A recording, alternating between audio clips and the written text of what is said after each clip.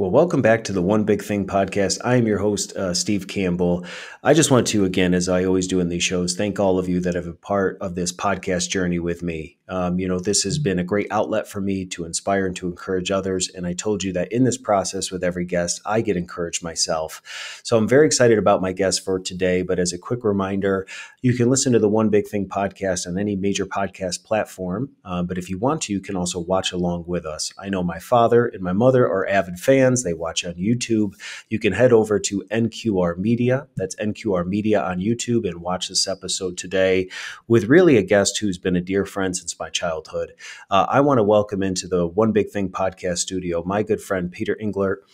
Give him a few minutes here at the beginning to give us a high-level overview of kind of who he is, and then we'll get into more of his story. So, Peter, thanks for joining us today. Welcome to the One Big Thing. Want to give us kind of a little bit of a shot as to who you are? Well, Steve, before I go, you can add my parents in as two more watchers with your parents. Maybe we'll have a little watch party in Binghamton. Man, the glory days, the 90s coming back full force. Love it. There we go. Well, just a quick high overview. My name's Peter Englert. I grew up in Endicott, New York, which is right next to Vestal, where Steve grew up. I grew up there, did schooling, and then when I graduated, I went to a college in Philadelphia. The college is called University of Valley Forge. At that point, it was Valley Forge Christian College. Studied to be in ministry. I'm currently a pastor, so stealing the punchline. And I started a career before that, though, in higher education. I was an admissions counselor for undergrad and graduate work. Met my wife, who at the time was living in Rochester, and I was living in Philadelphia. We started a long-distance relationship, and my wife's a mental health counselor. She's gracious. She's kind. But at one point she said to me, hey, someone's moving and it's not me. And so here I am in Rochester, got married, started working at Browncroft Community Church, have two kids. We have Haley. She's 5 years old. And we call her the COO. So she's like, Daddy, you said that we're going to have chicken nuggets on Friday. Did you buy the chicken nuggets? Do you have it all planned? And then we have Lucy, who's our CEO, and she's all about, she just takes charge, and she's up at 5:30 in the morning. She's ready to go. She loves to run.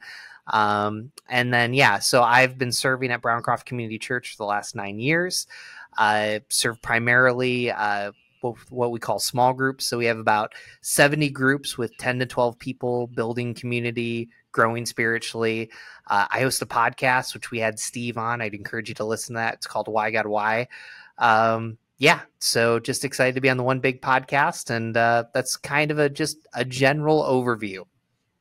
Yeah. Well, you were gracious enough to ask me to come on your show. And what I love about, Why God, Why? And I tell every one of my listeners, this is not a faith-based podcast by any means, but faith is the biggest part of my life. So a lot of my guests tend to be people of faith where faith has made a big impact on them. But we're all about building community, whether that's a spiritual community like we're talking about, or for some of our listeners that listen to the Bradley Rose episode with Peloton, they have their biking community that has brought people together and reduced the ability to be isolated. So wherever you find yourself, whether you're a person of faith or not, don't tune out from this conversation today, because Peter and I are going to go into some things, both as fathers, as leaders, that we think can help you from the life lessons we've learned. But your podcast, Why God, Why, really asks those big questions that we all struggle with as people. God, why does this certain thing happen in my life? Or how do I make sense of this thing? So if you're somebody who's kind of on a spiritual journey that wants to know more, it's a fascinating take on trying as best as we can as humans to make sense of many times the larger than life questions that none of us truthfully have answers for. And the episode that you and I had talked through is, why am I dealing with all of these disruptions? And that's a big part of parenting, which we'll kind of get into today. But, you're doing your life, and this has been a common theme of all of my guests. You set off on a course of life, you go to school, you get married, you start having kids, you start a career. And then many times chapters of your life, seasons of your life can go in directions that none of us ever saw. They can be major life disruptions. They can be day-to-day disruptions of you've planned your day out and your kids come running into your room. Something happens. Meeting didn't go right. You're recording a podcast and the mics didn't work. Whatever it may be, we all deal with these disruptions. And I think it's more so how do you overcome them, because you know they're going to happen. The timing of them you never know of.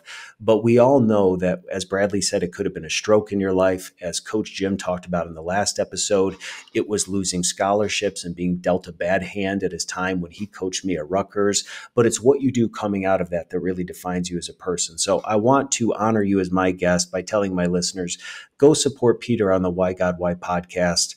Yes, he talked about being a pastor, but this is not necessarily going to be a spiritual conversation today, as much as just two guys that have grown up together as kids that find ourselves now probably having more responsibility than any of us thought we'd ever be signing up for in our mid-30s, but learning to kind of navigate through that. And so I know at the beginning you mentioned a number of different things that make you who you are as a person, but why don't you share maybe a little bit more of kind of your journey that got you to today, and maybe some of the major life lessons that you've learned that could really, inspire and encourage some of our listeners?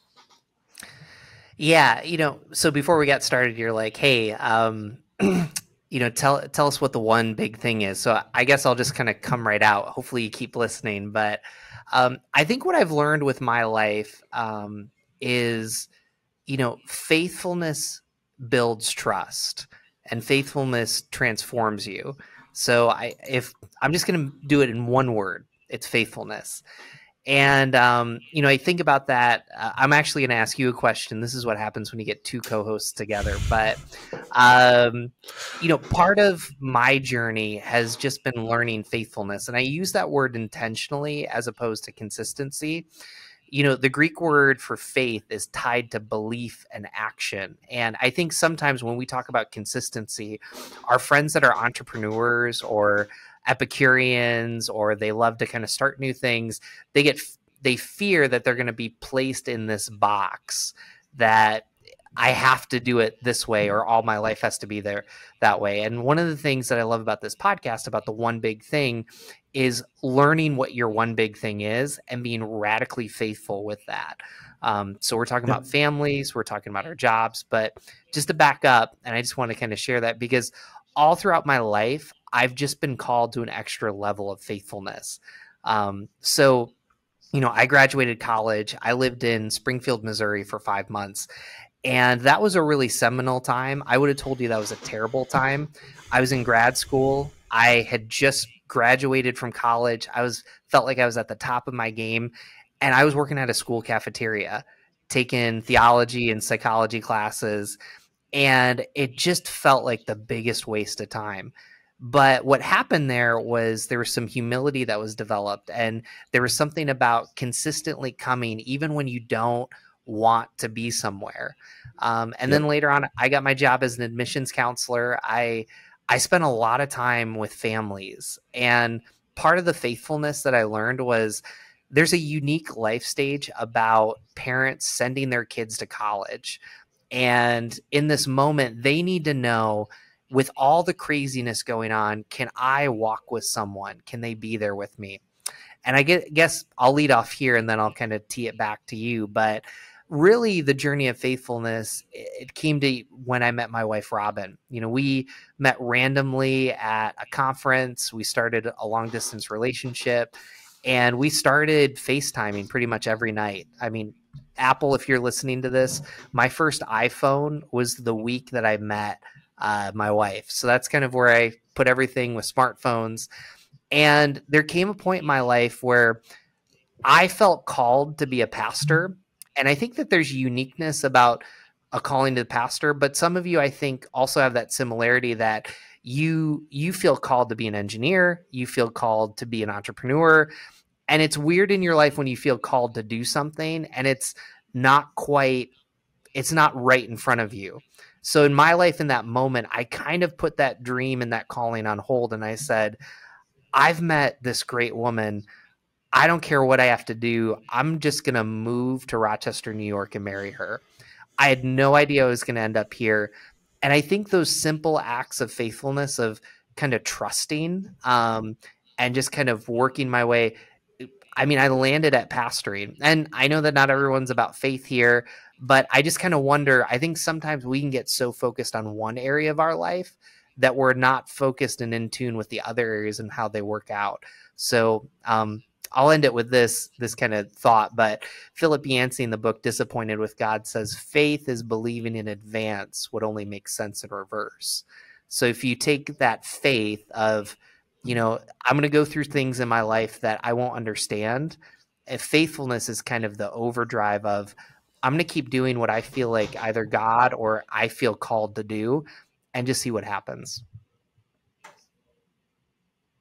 Yeah, and you and I had talked kind of pre-show about that word faithfulness because it can be kind of a triggering word, especially if you're a person coming from faith, that you're alluding to something that aligns with kind of your belief system. But I think when you talk about replacing the word consistency, we all desire as spouses, as parents, as employees of a company to be consistent, to be able to show value for what we are doing.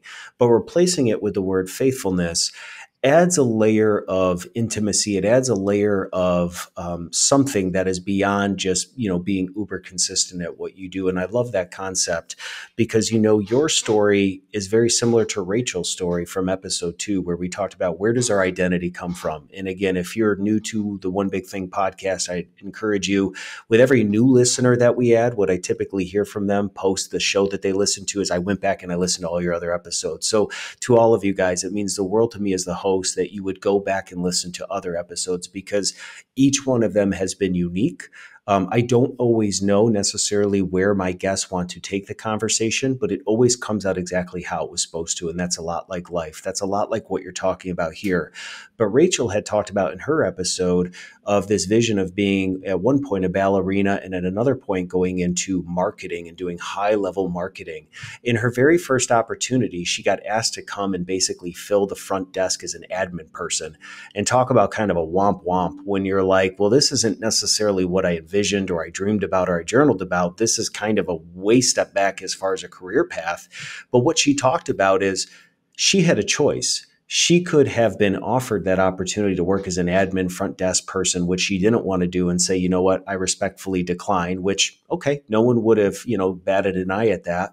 She could have put a half-hearted effort into it and barely showed up because she knew it's not what she wanted to do. And what she did, though, is in full faithfulness, she showed up at a job that she really didn't feel like doing. And in that opportunity came the ability to work on projects that she would have never had access to. And I think that's a big part of what I talk about. It launched her into her career. So many times, whether it's health or just situations, we've talked about this on every show. It's the setbacks in life that can actually propel us into the setups for life. But a lot of it has to do with your heart disposition and how you're looking at it. Sure, working in a cafeteria may not have been ideal as you're studying big life things like theology and things of the divine, but when you're trying to serve lunch to people every day. But it's probably in those lessons in my life too that I've learned. It's in the things that we don't want to do that not only creates faithfulness, but it helps us realize that we could be one small decision away from an impactful legacy. And there's many people that are out there today kind of waiting for that moment to arrive in their life to feel when they're going to make it. And what I've discovered, and Peter, you can tell me if I'm wrong, typically it's never just this, thing that's going to happen to you. Many times today could be the best day of your life. But if you're not in the position to recognize it, you might miss the blessings or the opportunities right in front of you every single day because you're embittered. You're jealous of what other people are doing. You're not doing the things you thought you were going to do. That when opportunity knocks, you may not recognize it because it didn't come packaged the way that you thought it was going to arrive. Right? We can all identify an Amazon package when it arrives because it's from Amazon. But many times the doors to opportunity in our life don't come packaged from the person delivering them in the way that we thought. So I love that your story does kind of go in line with many of the guests that I've had, that the path to success or opportunity is never a straight line, and it's never really the steps that we normally end up taking. There's a lot of curveballs or disruptions that you and I talked about. So I don't know if you want to keep going along those lines of some of the things you've learned, or anything that we just talked about that might have resonated with you. Well, let's have some. So this is the problem with two co-hosts doing this. So here's my question to you. Um, what do you think is the number one value or takeaway from growing up in Broome County, Binghamton, Vestal, Endicott, that you've taken with you to Tennessee? What do you think about living in that location and region? Um, I think I appreciate where I came from, but I also realize that, a lot of where we grew up, you can have a lot of negative thoughts about the weather, about the economy, about things. But I always found, at least for me personally, that I've always been a glass, pouring over kind of person, that I can find the good in a lot of things. And I've always just had this innate ability as a kid that no matter the cards I've been dealt, just to be able to try to find the positives. And what I could say now is the things that I think I enjoy about my life in Tennessee were always inside of me. It's just that now I'm getting to experience them in very real, tangible ways from, because I had a level of appreciation. And I could be around people that today's going to stink. The weather, sucks. The job economy is bad. My employer is bad. Everything is bad. And meanwhile, I'm like, yeah, but what about this? And what about that? And what I have found is that I never knew that that was actually probably preparing me for the life that I have now. That I guess this is the way I could put it. I know what I'm looking for when I see it because I've been preparing myself for an expectation of what life should look like. Mm, So when I got to Tennessee, I knew exactly these are the kind of people I want to be around. And this is exactly the life that I want to live because I had been always living with the understanding that there's got to be more, or there's, either my expectations are way too high and they're too lofty and no one can ever live up to it. A community can never live up to it, or I'm in this constant pursuit to align what I value with the place where I live and the people I'm doing it with. That when I saw it in my life down here outside Knoxville in Tennessee, I was like, to my wife, that's it. And what's crazy is she saw it too. So I don't know if that's kind of aligned with what you were thinking, or if you had any thoughts around that idea. no, I'll answer that. I appreciate that because I guess I've become more aware of where you grow up, or like the multiple places you grow up, like what you carry with you. So, Sure. um, and I can definitely see the negativity, the skepticism. I think the way that I'd frame it, even for this episode, is trust is extremely difficult to build, but Hmm. once you get it, it changes everything. And Yeah. so, as I've kind of gone back through the history of where we grew up, um, International Business Machine, this little company called IBM, started there. And I think there was a generation of individuals that thought IBM was going to take care of them. They're going to work there for 40 years. And then everything blew up. And I think of that story as a microcosm of why there's the negativity. At the end of the day, it was a trust issue. I thought this organization was going to take care of me. So, Yeah. as someone that is in a high trust job, I think what I've learned is that what Binghamton has taught me is your faithfulness. You can put faith, trust, you can put all of those things somewhat together. Like, it's worth building trust with people. Like, when you say it's not just credibility or consistency, when you say you're going to email, you do it. When you say you're going to be there, you're going to do it. Um, and I just think that that's something for leaders wherever you are. But even in places like upstate New York, and where I'm at, Rochester, like Kodak and IBM kind of have similar stories. And, the older I get, the more I kind of see what you can do in your role, in your jobs, for customers, for friends, for family, like to know what that trust looks like. It requires a huge depth of faithfulness. Well, and even just in terms of, we had talked about on the show with other guests how much the world has changed in the last few years in light of COVID and, pandemics and just relocations and people, even trust amongst friends and family, people that say things that are well-meaning. I'll always be there for you. If you ever need me, I'm one call, I'm one text away. And I think we all appreciate the vulnerability when we put ourselves out there and we acknowledge to somebody like, Peter, I need you. And when you don't get a response back for 3, 4 days in a text, when you've put your heart out there, what's even worse, folks, and and the one big thing we're all about here, giving you really practical things. If you're an iPhone user, if you accidentally typed a character in the response, please erase it, because there is somebody who sent you a heart reach out of, I need your help, Steve. And I accidentally put a letter in the chat response, and all they see on the receiving end is bubbles typing for however long that goes on. They're thinking a book is coming. But I think that's a lot of what you're touching on is we need to all become, whether you're a person of faith or not, reliable, dependable, consistent in our approach. And this is kind of something you and I talked about leading up to the show, that one of my favorite quotes that actually comes from another Peloton coach that I follow that has really rocked the way that I see life in general. He said, how you do anything is how you do everything. And it really makes you think about your entire life. And I think if we're all being honest, we all try to do our best as citizens in our community to do right, to not do evil, to take care of people. But it's the little things day in and day out that if we're not careful of, because we're dads, because we're parents, because we're married, you can cut corners on things that no one sees. Whether it's in your health and your eating, taking care of your home, the way your car looks, not responding to the email on time, hoping that somebody will show you grace. And what you realize is that has byproducts or side effects that if you're not careful, that's framing the way that you look at life. And so you might be getting the really big things right, which I'm all about. But many times it's the small things that I found in my life personally that if I don't pay attention to, can really create the cracks in my foundation that if I'm not careful and I don't address soon enough, you can fall apart one day and not really know why. And so I love that idea that you're talking about from a super practical. If you say you're going to send an email to somebody, a friend, a colleague, a client, send the email when you say you're going to do it. Maybe overestimate when it's going to come and then, over deliver. I'm going to email you by Friday and email them on Tuesday. You look like a winner. But it's those small things that I think from practical ways that when you teach people how to do that can be the difference from maybe promotion or staying in the same position for the rest of your life, wondering when your opportunity was going to come.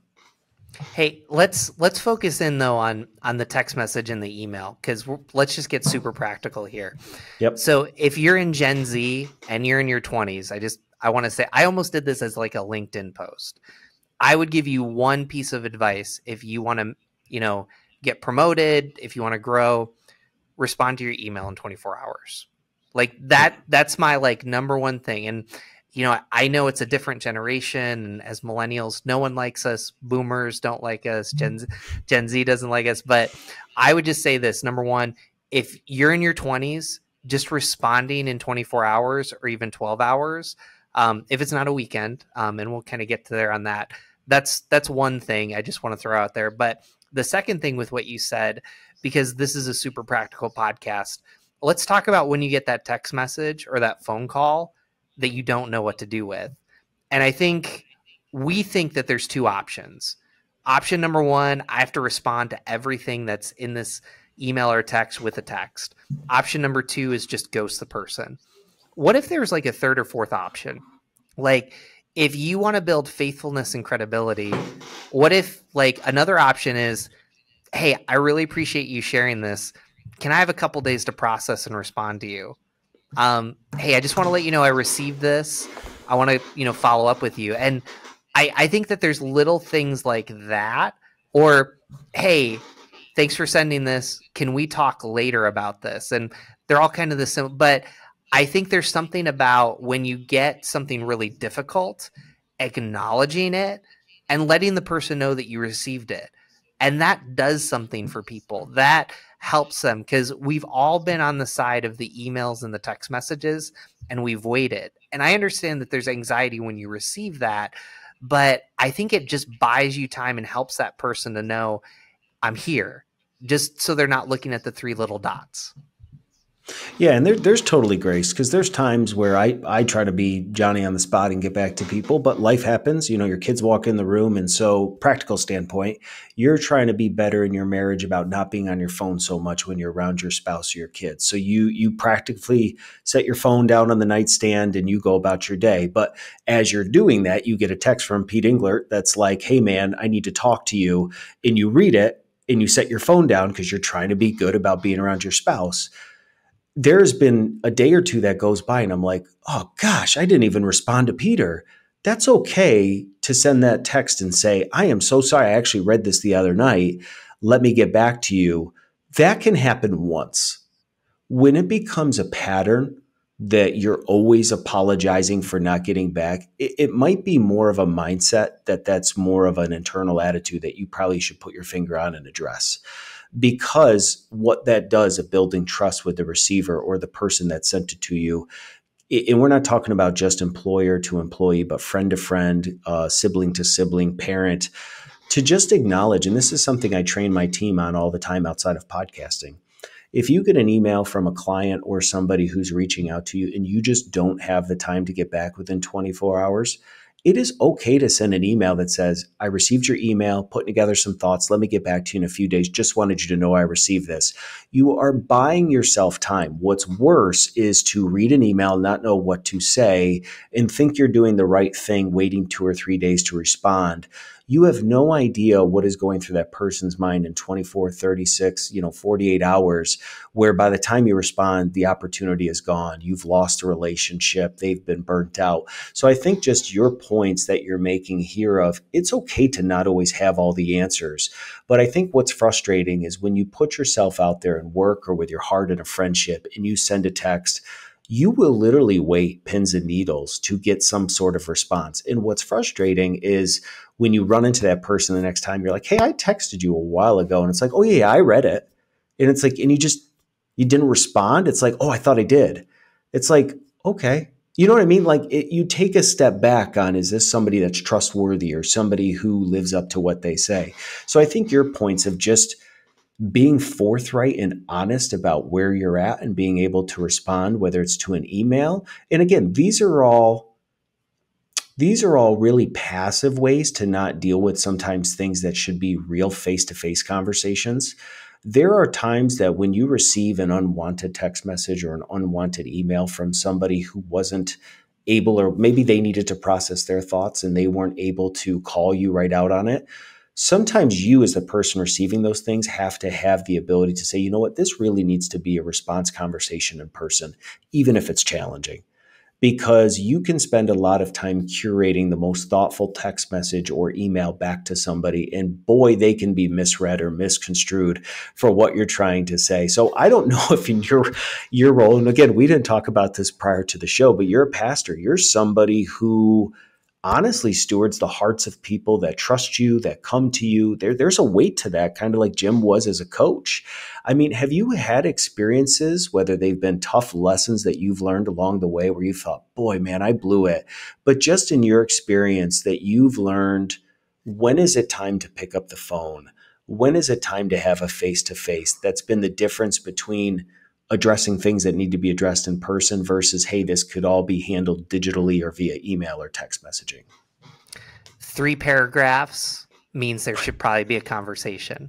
Okay, that's the cutoff. Okay, good.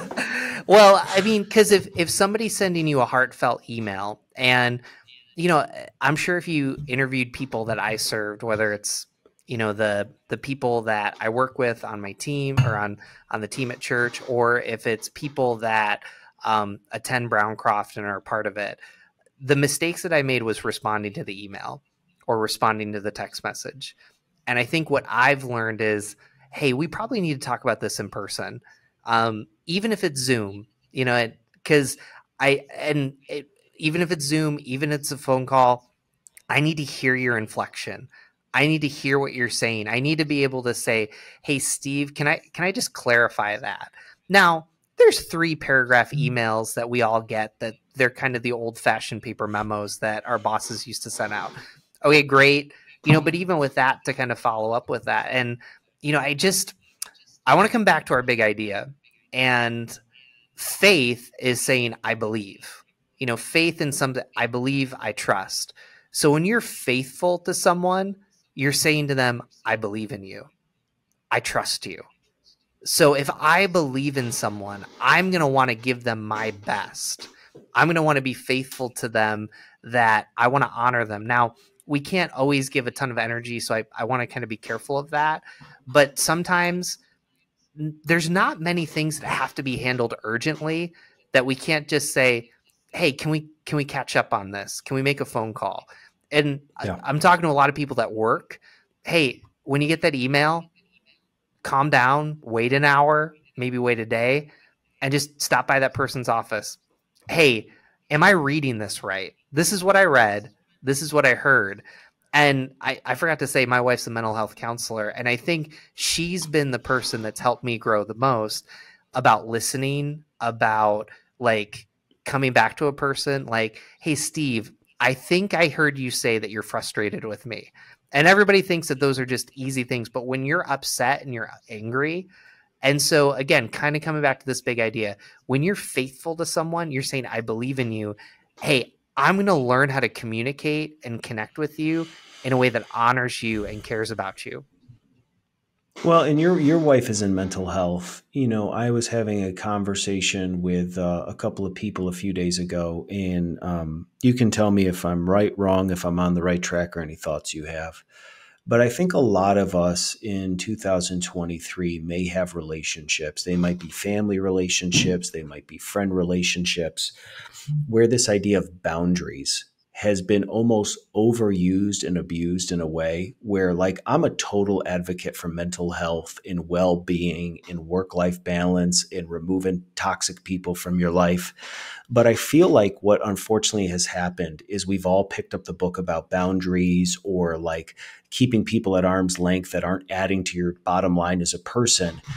But we're not doing the human experience of making situations right that could be right, because either we are afraid of being hurt, we're afraid of being misunderstood, or honestly, we just don't want to deal with things. So there's a lot of listeners that are out there that maybe your familial relationships with your parents or your siblings or distant cousins, or even in the workforce, where it's never been easier to label people as toxic because they disagree or they do things differently than the way you do it. And so you tell yourself that you need to set up boundaries, right? I'm just not going to engage with that person anymore.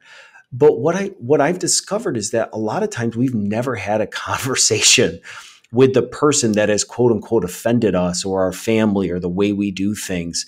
And so they're on the opposite end going, man, you never talk to me anymore, or I never see you anymore, or like, what happened to our relationship? And you feel good maybe as the person knowing that you've set up a mental boundary or an emotional boundary against them, but you haven't given them the opportunity as another human being to have a cup of coffee or to talk, even if it's really hard to talk things through and say, I just want to put this all, like, Peter, I don't know if you know this, but you really hurt me when you said this about the way I am as a dad. And again, folks, Peter did not ever say anything about me as a dad, but in real life, sometimes it can be, hey man, I opened myself up to talk about I'm struggling as a dad and I blew it with my kids. And I just want you to know, when you said that statement, it really hurt me and undercut me. And I know you were joking, but man, I've held on to that for a while because I thought you were being critical of me as a dad. If in one instance, I know that you've hurt me, but I never told you that, and we're so-called friends, and you start texting me and I never respond to you. When you call me, I hit decline or I let it go to voicemail and I never respond. You might be thinking, man, what did I do wrong? And in reality, I've never valued maybe the relationship as much as I said by being able to be forthright and not send you a book long text message that you never asked for about how much you've hurt me and there's a pattern of hurt there, but being willing as a human being to be faithful to the relationship you and I have, and pick up the phone and say, hey, Pete, I'd love to grab coffee with you and talk through a couple of things that have been on my heart, and be able to sit down. So I don't know, in your experience as a pastor, as a dad, as being married to a mental health, advocate, am I wrong in saying that I feel like sometimes we're taking the easy road out when it comes to confrontation by calling things boundaries and calling things toxic, when in reality, we could be one conversation away from restoration, from families being united, from relationships being restored. Any kind of, you can tell me if I'm wrong, but any thoughts along kind of those areas from what you've experienced? So much there, but let's start here. What are boundaries? Boundaries are clear and they're communicated.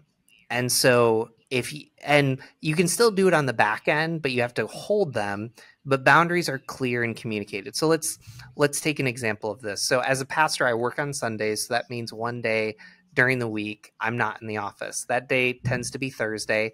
My wife's home, my two girls are home. My daughter Haley's actually starting kindergarten in the fall, so that's going to change. But I need to be clear and communicate. So, to the people that I work with and I serve, hey, I'm off on Friday. I want to be clear with you.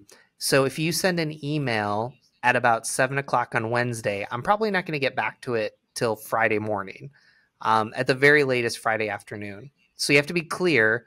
I'm not in the office on Thursday. And then you have to communicate that. What I've seen damage relationships, and I've seen a number of individuals that are in our generation, in our season of life, they throw up a boundary and they use the word boundary almost as a weapon. A Yep. boundary is to protect. It's to give another person their ability to be them, but it's also the ability to be you. And there's a lot written on that. My wife would tell you, and she taught me that, and that's probably from Dr. Henry Cloud and John Townsend. Henry Cloud is her professional crush. I knew that when I married her, but I just encourage your listeners to check that out, because I think that if you want to build trust and if you want to have healthy relationships, you need to know exactly what a boundary is. But the second thing, to your point, yeah, we are afraid to confront. We are afraid to do that. And there's probably better percentages. So if I make something up and someone picks on me on Twitter or Threads or wherever when they listen to this, but probably like 60 to 80% of conflict is resolved from us just listening. And I've learned that in my life. If I could tell you my biggest failures as a pastor, it's because I haven't listened. It's because I've come in with a solution or I've tried to defend myself. And I think about with our spouses. My wife, Robin, is extremely sensitive. She's empathetic. She's kind. She's gracious. And, we'll talk about something as simple as trying to schedule who's going to pick up the girls from daycare and all this stuff. And sometimes I'm jumping into solutions.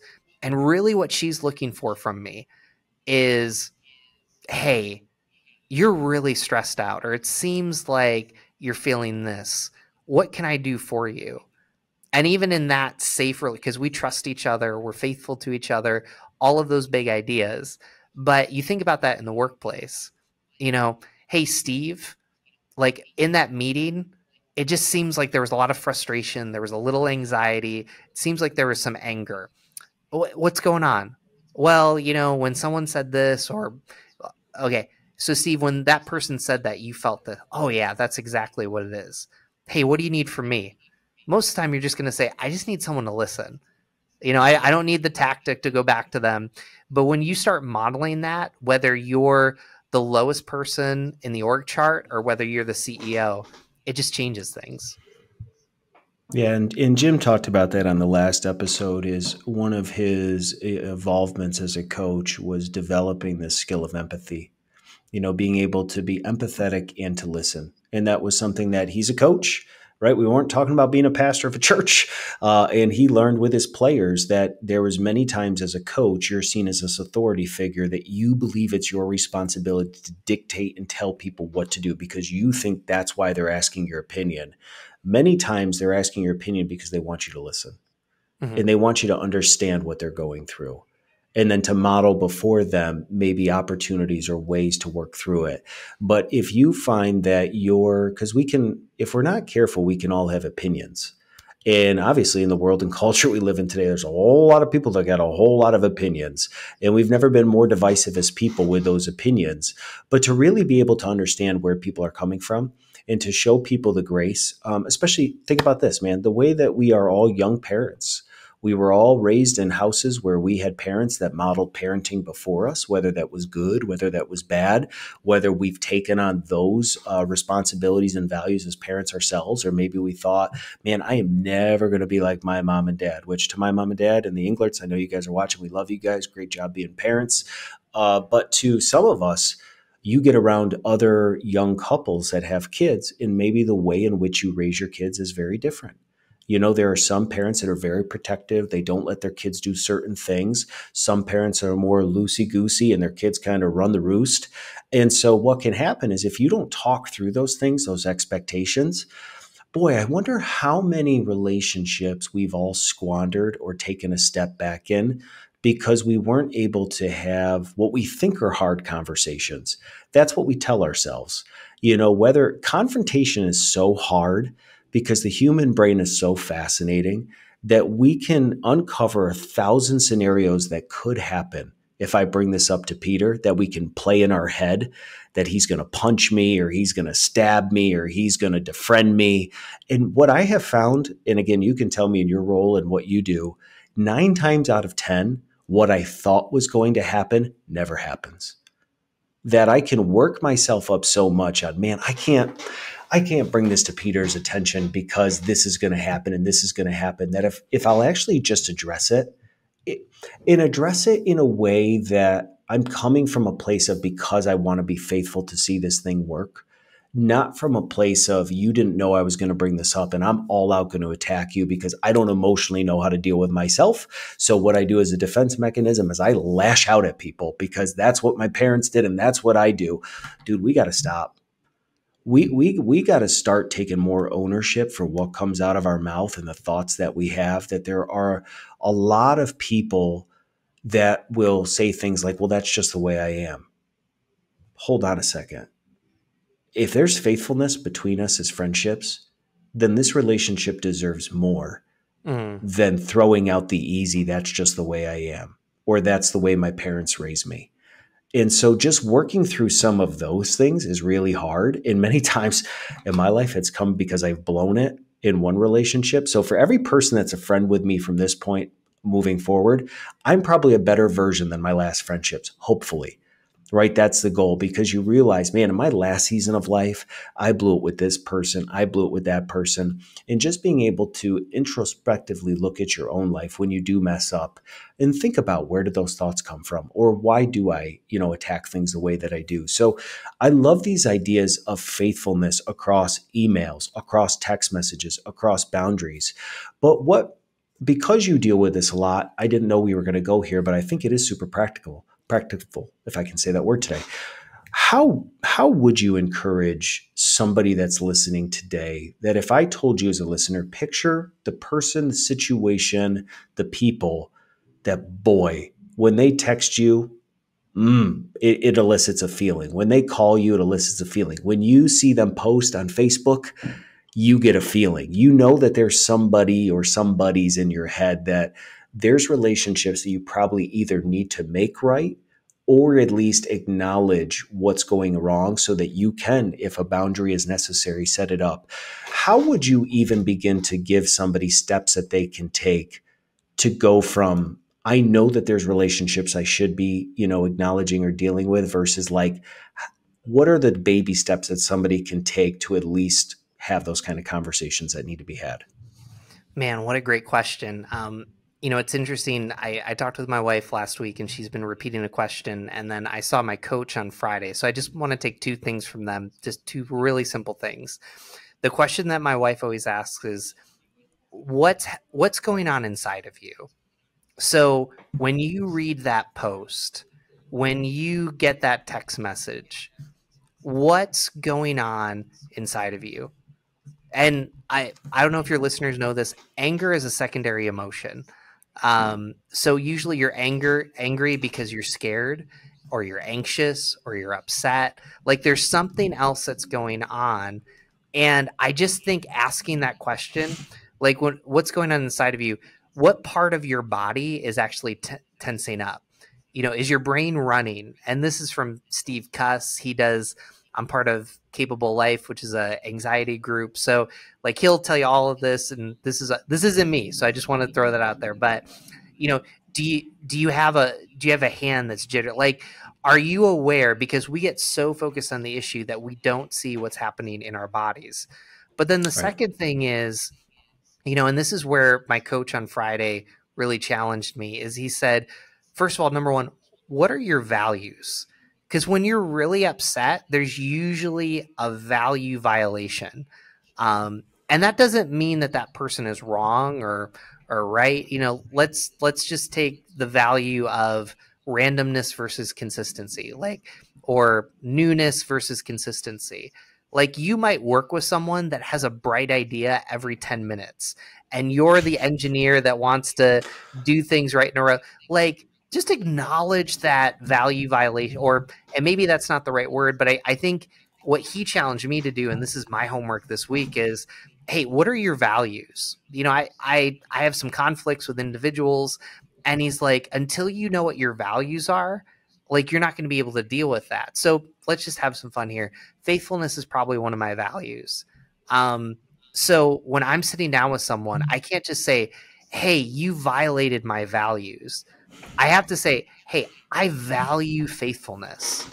I value, like, when you say you're going to do something, you do it. I value, like, you kind of consistently following up and checking in. I just want to let you know. And I feel like that was violated. And maybe I wouldn't say it that way, but at least that's a conversation starter to kind of go from there. And I think by joining those two things together, what's happening inside of me, if you don't name it, you can't deal with it. And then to know your own values, because if those get violated, because we use our values to create our expectations. And the assignment my coach gave to me was, he said, you have a lot of expectations about people. Even today, I expected Steve to be ready to go at 1 p.m. when I jumped on Riverside.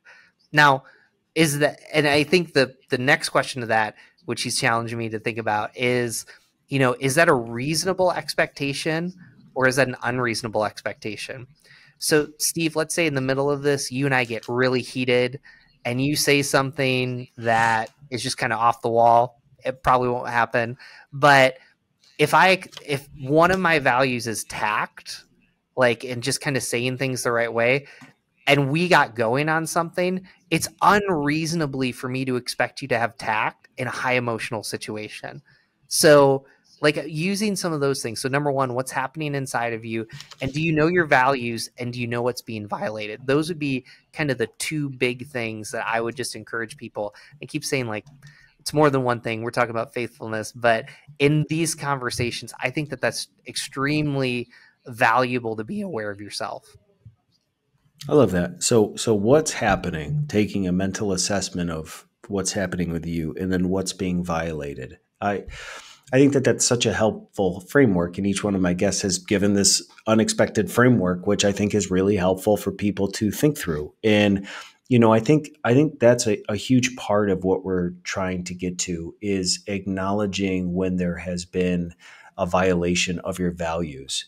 Well, a big part of what Brett talked about in episode 3 was just writing down your values and what you stand for. Because if you don't even know your values, then you don't know a violation. Now, you might have a spider sense that alerts you that, boy, when you're late, it really irks you. So you might be somebody that really values being on time and having things happen. That's good to acknowledge that, right? And so I think for all of us, it's beginning to try to be self-aware of the things that you value as a person. But what you also said is you may, and you self-diagnosed as this, you expect a lot of others. That's been probably one of my downfalls in my life, because I hold myself to such a high standard. Right. I have always been somebody who has been able to self-encourage. A big part of the Bible that it talks about in Psalm 62 is being able to encourage your own soul, to be able to encourage yourself. That has been something that, boy, when I am dealt a hand of cards I didn't expect, come on, Steve, you got it. It's almost like self-talk. Think about where these thoughts came from. my assumption is that every single person I deal with as a human has the ability to do that. So when you sit down for a cup of coffee or you talk with a friend and it seems like they're just kind of being miserable and unloading, and you're in your mind like, well, have you dealt with this person? Are you working through this yourself? Or are you just kind of, vomiting all the things that have happened to you? What I realized in my own unique spiritual journey that the Lord put on my heart is my expectations for people are too high too. And I've kind of come up with this funny line to help myself, which is, man, if I just have really low expectations for every single person I come across, I will always be pleasantly surprised. But I wonder if the people that have violated our values, like you said, are actually stemming from a place of we expected more than what they were able to give us. And I'll give you an example. When you have your own kids, maybe you thought your parents were going to be a certain way as grandma and grandpa. That when your values are violated, and again, I'm not, because my parents listen to the show, I'm not calling out my parents, but in having coffee with friends or dinner, what comes up a lot is our parents, right? Maybe you feel that your parents aren't the way you thought they were going to be as grandparents. They violated a value. Maybe they do things differently than the way you had thought, or you thought they would be more loving, or you thought that they would be more helpful financially to you at this stage in your life. Maybe your expectation, whether you said it or not, is that your parents at this stage of your life are going to help you financially, understanding that you're married and you have kids and you have student loans. And did you put that expectation on them though? And did you ever have that conversation so that when you unconsciously tell your parents, man, we really need a new dishwasher, man, we really need more furniture, man, we really need school, kids, clothes for our kids going back to school, you're hoping that they'll be like, you know what, Peter, we got you. Mom and dad got you. Let us step in. And if you're not careful, what you can realize is when your parents don't come through financially for you, if it disappoints you, that might be something that you need to address yourself personally, because you have friends that have parents that do that for them. You have friends that the last time you got coffee with your girlfriend or a buddy of yours, they talked about how their parents helped them buy their new home, that their parents helped them get their kids into dance. In your internal value system is like, well, my parents have never done that. Mm-hmm. Is that a value violation? And so I think sometimes it's not that we're talking about evil or sin or that you were abused, which is very real, but it is unmet expectations that we may be, if we're all not careful, putting on other people that we've never said out loud, but we're expecting our friends to do things that we never, told them were important to us, that when they don't do it, that we feel let down. And so I love this idea and just working through this. But even just to unpack it even more, I mean, let's say you're somebody who has literally never addressed these things ever. And if you put down the people that are important to your life, the whole relationship may not be broken or unhinged. But again, if we're being honest, there are relationships that we wish were a little stronger or that were more intimate and that we could share more things with a colleague or a friend. What are the starting points that maybe you've learned in your own journey for beginning to address things that should be addressed, but maybe you're too scared to even put yourself out there? So let's say this, right? As an example, somebody listens to this episode. Hopefully you listen to the first 40 minutes, but you listen to this episode, your values have been violated. And so you pick up your phone and boy, you begin to Billy Shakespeare, write that text messages that's 3 days long about how you wish the relationship was more than what it was. And you hit send and you feel good and you wait for a response and boy, it blows up in your face. Like, what do you do to the people that have tried maybe in other ways to deal with conflict resolution with friends or family or parents and have kind of failed? So they've been scared. What would be, even if I came to you as my pastor and I said, Peter, I really wish my relationships with XYZ were stronger. What would even be a good, like, how would you encourage me to even get started? Let me just tell a story from my own journey, because I think that's That's probably great. the most helpful. So I didn't have these tools in my 20s, and I had a job that there was an individual way above the org chart that I really looked up to from afar. And when I got hired in this organization, I just I looked forward to them coming to my office. There's a gravitas to them. And, the more I got to know them, there was just more fear. And it wasn't always directed at me, but just I got to come up with my list of values. I got to listen to that episode you just shared about, but also I've got to come up with, but really finding a mentor, usually outside the organization I work, has just been something that God's been really gracious. Right now I have a mentor. We go to the gym pretty much every week. We talk a lot. Very appreciative of Mike Keys, but you know, I value mentoring, I value intergenerational relationships. And there came a moment where this individual, I sent a mailer out, and there was two individuals that had the same name. One got switched. You can only imagine the notes or, the different messages. And this individual, they were a part of it. They came down to my office, and it was like 5:00. Offices close at 4:30. I'm staying late already. Like, I'm giving my heart and soul to this organization. And this individual said, "Did you know that this went to the wrong person?" And I did I'm so sorry. I already felt shame because I want this person to value and like me. And Yep. the response back was, "This will never happen again." And I didn't know what else to say. And I said, "I will do my best." They said, "This will never happen again." I said, "I'll do my best." "This will never happen again." I said, "This will never happen again." So using the tools I just talked about, number one, what's going on inside of me? I was scared that this was going to become a bigger deal. I felt Yep. shame. I don't want to fail. I don't want to, be let go. I don't want to get fired. And if I had these tools, I'd probably say, "Hey, first of all, what's going on in me?" Number one. But then number two, there's a values violation.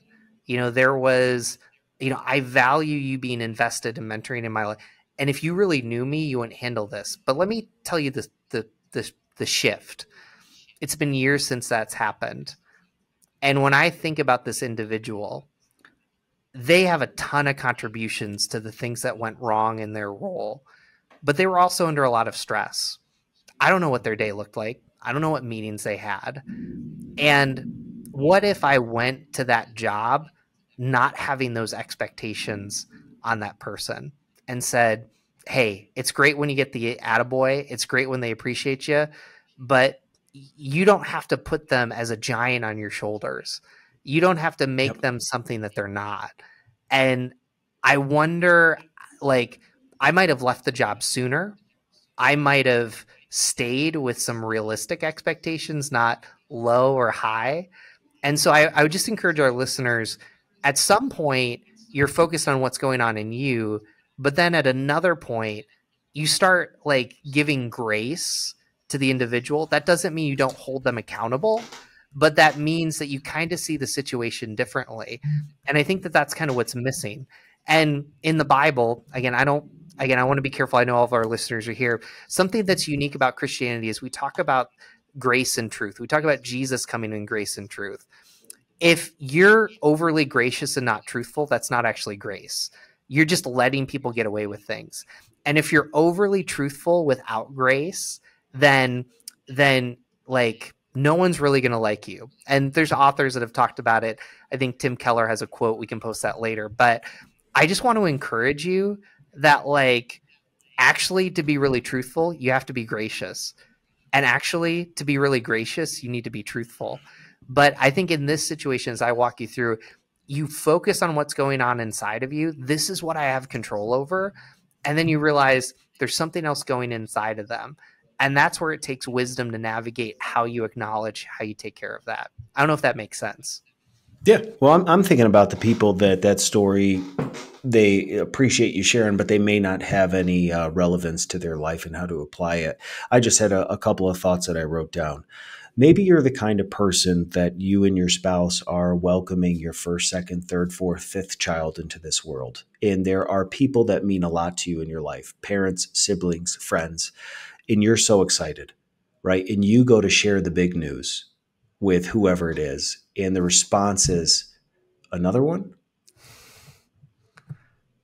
Has that ever wrecked you that you're like that? Oh, I mean, that's the response, that it creates a negative framework for that relationship ongoing. Maybe it's not a baby. Maybe it's you're getting married. Maybe you're in a new relationship and you share the big news with somebody. And the person on the other end doesn't give you the same energy back to you that you shared with them. What I would challenge you in on is if it's exciting and it's a part of your life and it's something you value, don't let other people rob the joy of a moment because it can set you back a really long time. So being mindful of who you share information with and how you share it can be a big part of it. But a big part that I think about all the time is just language that we use within confrontation that can derail a conversation, or it's the only thing that somebody picks up on. So from a super practical standpoint, words that I think when we are coming in grace and truth to share with people something that hurt us, removing these words from a conversation that we're bringing up about the actions of somebody else, removing the words all, removing the words every, removing the word always. Peter, I just want you to know, man, I've had some things on my heart, and you always do this. You always go to this place. Every time I talk to you don't realize that you think you're being great about getting things off your chest and you're unloading in a way that like, oh, I feel so much better now that I've shared that. Little words like that matter. And you really have to catch yourself when your emotions are high, like you talked about, having that tact and high emotions. But being aware of how you communicate when you're at complete equilibrium, everything is fine, versus when tensions are high, when you're a parent and your kids walk into the room and interrupt something, or you're just trying to think, or your spouse says something, to not respond with, you always do this every time, because what you are doing is, whether you realize it or not, speaking death over another person that is framing their identity in a way that you never meant to. So that is just something in my life that I have had to work on, the way that which, again, you want to be able to share with somebody through conflict, maybe how the expectations been missed or how they hurt you. But it even goes down to then even thinking about the words that you use as you describe something. And if you have blown it, being able to step back, to journal, to self-assess to yourself, the idea was right. I was able to get over myself and have the conversation that needed to be had. But boy, I used some language within that I'm really not proud of. Folks, I want to tell you, it's okay to text somebody after you've had a conversation, even if you felt it went incredible, and let them know, Peter, I appreciated you talking with me earlier today, but boy, I realized that I probably used some words in there in my emotions that I didn't really think about how that could have impacted you. And I just want you to know I'm sorry that I used certain words in there that really aren't who you are. I was getting it off my chest, and hopefully you could be gracious enough to let me know, that I didn't mean those things. Sometimes it is the 360 conversation that has to happen. It's not just the text that's sent and you did your job, boom, it's better. It's not just sending the text and then having the face-to-face. It's sending the text, having the face-to-face, and then following back up to make sure that we're all on the same page and we're good.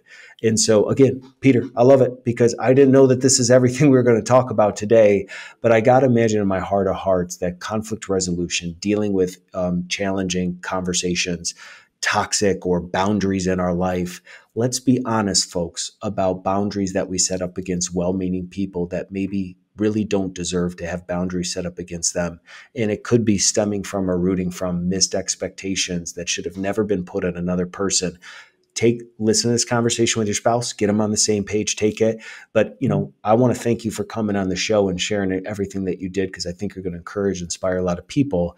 And I know that we always leave our show talking about the start, stop, and continue. Hold on And I one second. before we get to the Go. start that, I just want to say one thing before we transition. Ian Morgan Crone, who's a podcaster with Typology. It's an Enneagram. You can look it up. But he always says this: we love imperfectly and we receive love imperfectly. And so going back to your original example, I just shared that we're pregnant, and someone says to me, again, you're having another kid. We're not pregnant. You're not pregnant, but you're saying that, and maybe that person, maybe we're assuming the worst, and that's another thing. Maybe they're legitimately concerned for us about our mental well-being. Not that it's not a joy to have a child, but they want us to be healthy. They see the stress, they see the exhaustion. So, probably one of the most faithful people in my life is my brother. My brother Andy is about 7 years older than me. Every week he gives me a phone call. I can count on it. When I lived in Missouri for a little bit, and I lived with him, and at the time, my brother felt that I had received or been entitled to a lot of things that maybe I shouldn't have. Now, I'm the baby of the family. Um, I have woo as a strength, and my brother just felt like, Peter, you need to pay rent. And he was hard on me. He gave me a lot of feedback. The older I get and the more that I see him, and just like the things he would say, he'd comment, just the things that he'd comment on. What I see now is not somebody that was trying to be a jerk. I see someone that radically loved me and wanted me to grow, because we love imperfectly and we receive love imperfectly. And we've both grown. And like, I realized, like, I was a stupid 22-year-old. Like, I just was. Like, there's things I wasn't aware of. And we both had contributions to that issue, but I would just kind of encourage you that some of the people that bother you the most, they just love you differently. And instead of being upset with that, begin to look for that. Boy, your relationship with your brother sounds a little bit different than my two older brothers. That growing up, the baby of my family, which babies unite. Boy, my brothers would grab me by my hands and my feet and play 1, 2, 3 toss and throw me into walls and wrestle me. But that's, if we're not careful, in all sincerity, we can have sibling relationships that go south that don't have to. And if anything, that I'm a big proponent of is, in the last few years, we've seen how quickly life can change. There's young people dying in their 20s, 30s, and 40s from illness, from setbacks, from accidents. Folks, life is way too short. The last thing any of us want to do is be on our deathbed and wish we would have made relationships right with our siblings. And it might be tough. It might be years worth of unwinding, heartache, and hard conversations. But boy, is it worth it. And so if the only thing you took from this episode today is siblings are tough, their expectations are tough, their words are tough, like your spouse. You can be cut deep by things your siblings have said to you, but make it right no matter what. So again, I appreciate you sharing those things for the sake of our conversation and time. I don't want to keep you too long today.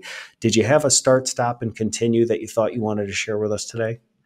Yeah. So my start is this idea of Sabbath.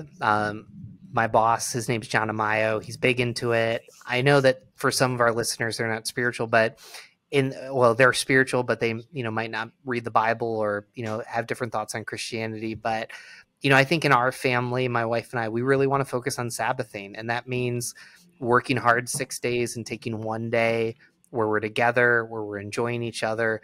There's studies that you're actually more productive. So I want to really start that. Stop. I think I'm always working on, I shouldn't say always, I'm really trying to work on being disconnected at the right times and just kind of setting some of those expectations. I've been doing a little bit better, but stopping feeling like I need to email at 8 o'clock at night or check something, it can wait. Or sometimes just letting people know, and then continue, I'm trying to continue really spending one-on-one time, with my kids. My 2-year-old loves to get up at 5:30 in the morning, and I am such a morning person. I could probably get 5 hours of work done in 2. And I'm learning how to really like hone in on that, so my 2-year-old is really tactile. Lucy, she just loves to like grab your face, and she's 30 some odd pounds. And right now what I'm continuing to do is I get on the floor and I say, hey Lucy, let's do some push-ups.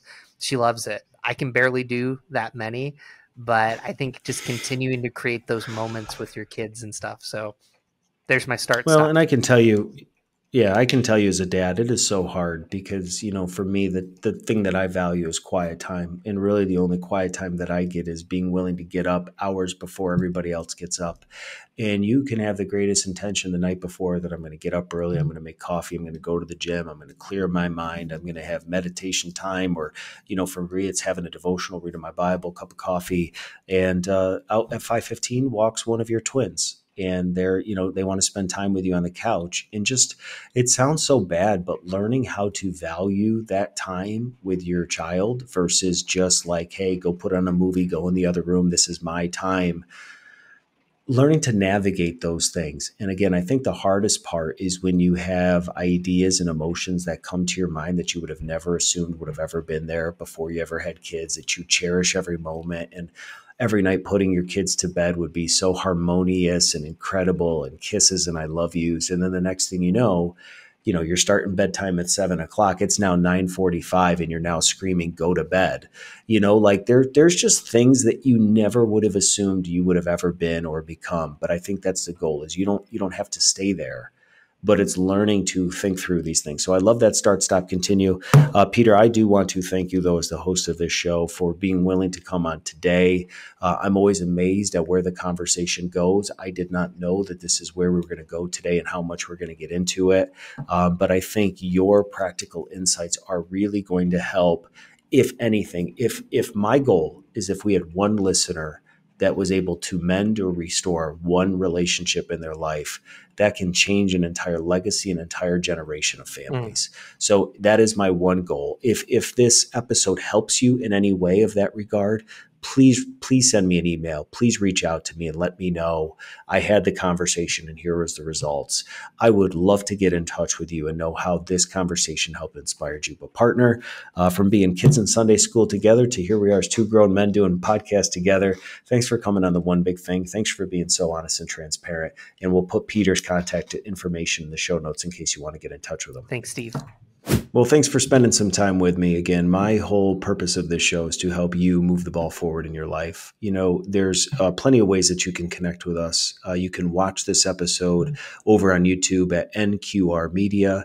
That's NQR Media. You can watch all the past episodes of The One Big Thing. It's also available on all podcast platforms, so get on there, listen. But I could use your help. I would love for you, if these episodes have inspired you, to share it with your network, because you never know how these stories of inspiration can help somebody else that may be in need of it. But if you could also be willing to leave a rating and review, your rating and review are going to help algorithms and these podcast platforms know The One Big Thing means business and it's worth a listen. So please subscribe, get on there, leave a rating and review, and let's move the ball forward together.